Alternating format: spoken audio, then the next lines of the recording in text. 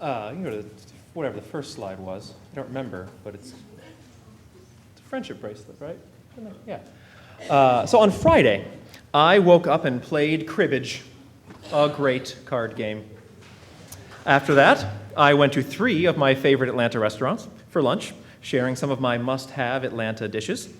Then I went to the Buford Highway Farmers Market and your DeKalb Farmers Market and spent 9 hours preparing, cooking, and eating a very unnecessarily extravagant dinner. This Friday was a great day. This Friday, I took a day off. That might not sound strange. Friday's my day off. But I've taken very few days off in the last few months, and in my 7 years at UUCA, I've never taken a day off the week of a music Sunday. But this week, though, I had a friend in town. This is my friend Jeremy. He's just a nice guy. I've known Jeremy since I was 14 years old. Jeremy is a choral conductor, like I am. We also went to high school together and to the University of Michigan. We've been playing, go blue, yes. We've been playing a game of tag for 13 years. As of this Friday afternoon, I'm it. It's a long story. Jeremy was one of the best men at my wedding. I had 4. This is my favorite picture of all time.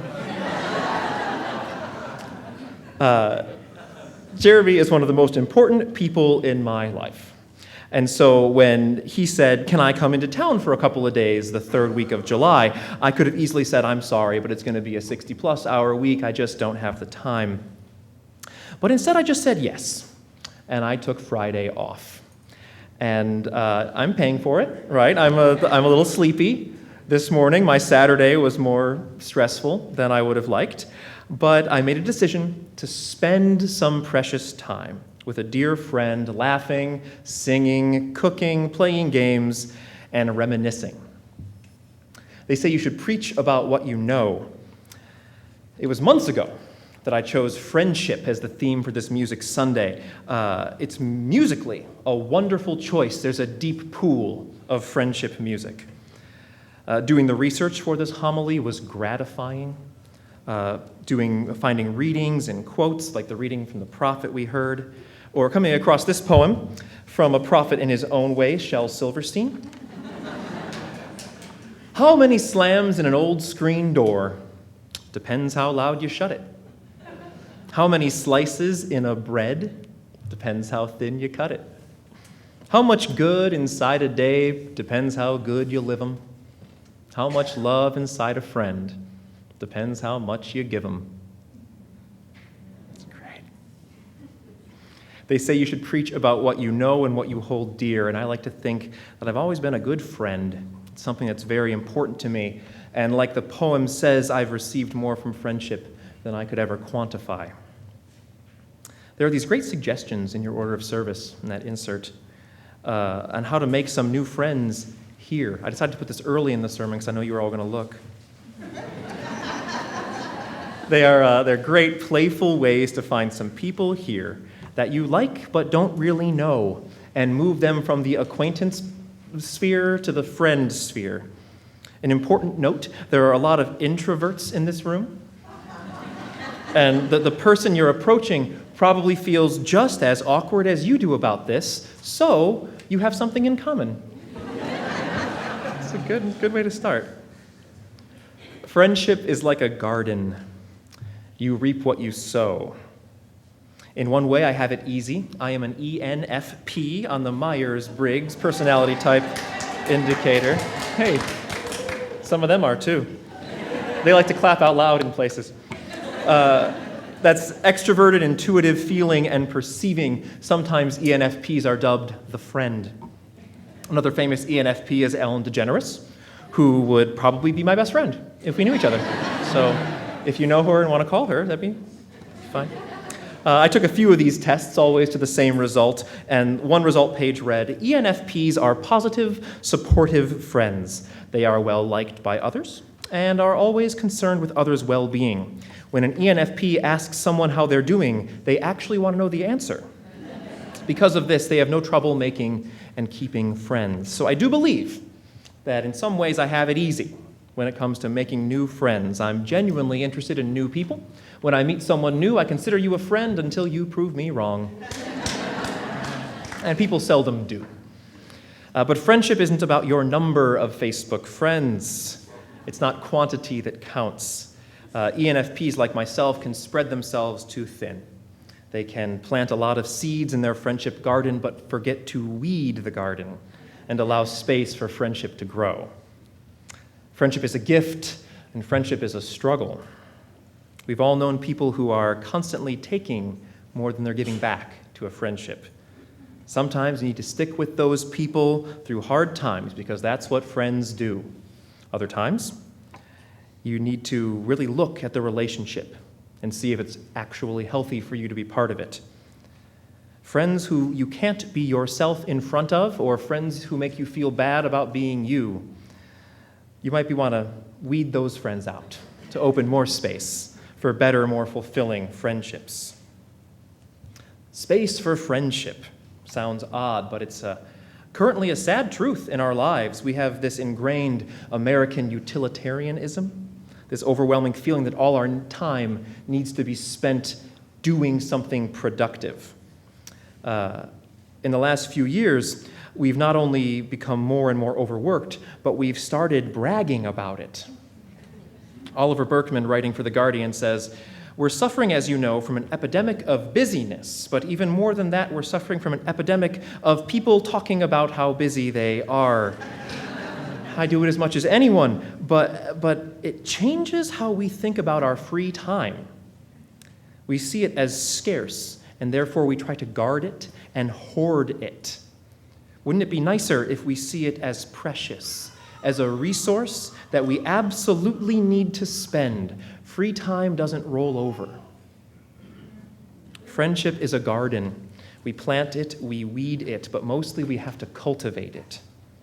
It doesn't happen on its own, so when a friend calls to see what you're doing tonight and you're in your pajamas, sometimes it's good self-care to say, "I'm staying in for the night."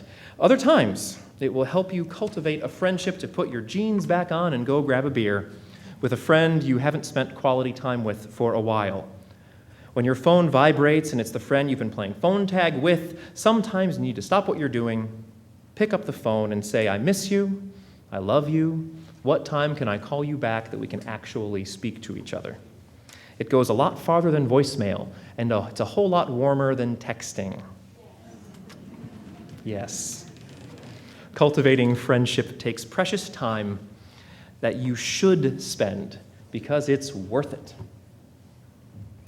Your time is like plant food. First I wrote compost. It just sounded bad. It's not like that. It's like plant food. You need to cultivate and feed a friendship. How much love is in a friend depends how much you give them. The song that preceded this homily was written by another guy in this photo. Wait, look back. The guy to my left. Really good face. That's Mark David Buckles. He wrote it for our UUCA choir trip to Transylvania 3 years ago. The song is called Borat Shagunkban, which means friendship in Hungarian. The translation says, "I have a friend who is intensely different from me, and yet is intensely one with me. This is the magic of our friendship. In him I live in the heavens. He dreams himself to the heavens through me. If we ever meet on another star, perhaps our positions would be reversed." I hear that as a beautifully poetic way to describe the relationship between an extrovert and an introvert. The memories I have tied to this song are deep and rich. They get me all teary just thinking about it. I didn't cry that time, it was good. We performed this song on another continent while forging relationships with other Unitarians. It just means so much to my soul, this piece of music. People often ask why we don't play recorded music or YouTube recordings of great performances on Sunday mornings. And the fairly long answer is that our musicians aren't just singing or playing pretty things. They're opening up their hearts. They're being vulnerable. And on the best days, they are having a life-changing experience right in front of our eyes. And hopefully we get to join them. Performing Barat Chagungkbon is one of hundreds of powerful musical memories I have, and every one of them I have connected with people I was making music with. I met my wife in high school choir. I've made music with all of my closest friends. I read this wonderful article a few months ago about why artists have such strong friendships. Artists spend dedicated time together. They go through the fire together. Creativity is vulnerable, and so trust develops when we put ourselves out there and we create something. Art is playful, and creative play is like a drug. So we put in all of this work, this blood and sweat and tears into our art, and we leave part of ourselves out on the stage or in the rehearsal room or in the sanctuary, and we remember it forever. Friendship is a garden, and memories are like sunshine and rain because they keep coming back. We need to create memories by having these rich experiences, and you can have them not just musically or artistically. I have a friend here in Atlanta who always refers to her friend group as her tribe. That's a whole other sermon, right? It's just so good. It's so good. I love the deep connection of a tribe not born into but chosen. A tribe not bound by blood or decree, but bound by trust and intimacy. Erin Peterson wrote in her article titled My Tribe, "They shift from circle of friends to tribe when their members begin to treat each other like family, offering support without expectation of exact or immediate repayment, sheltering each other from gossip, stress, and attack, and looking out for everyone's overall well-being in life, work, and relationships." To really beat this garden metaphor into the ground, your tribe is like a community garden. Many people bound by friendship, helping each other in times of strife or need, celebrating together life's joys and victories. Here at UUCA, we're a tribe. And we each have our own tribes within this big, big tribe. Whoever you are, whatever path you are on, we say that and we mean it. We are all connected by our desire to live in a world that is more inclusive and more just. A friend of mine who's a choir director at a Catholic church remarked that attendance in his church is very regular. If they don't show up, they go to hell. He was half joking. We don't have that. We don't do that here. We show up to be members of this community, to be part of something greater than ourselves. We as a community do a pretty good job of moving people from curious about this UU thing to members. But we can struggle converting the newer members to lifelong members of the tribe. I propose the answer to this is simply friendship. A study in the American Sociological Review found that people who have 3 to 5 close friends in their religious community are 33% more likely to be extremely satisfied with their lives. Not with their congregation, with their whole lives.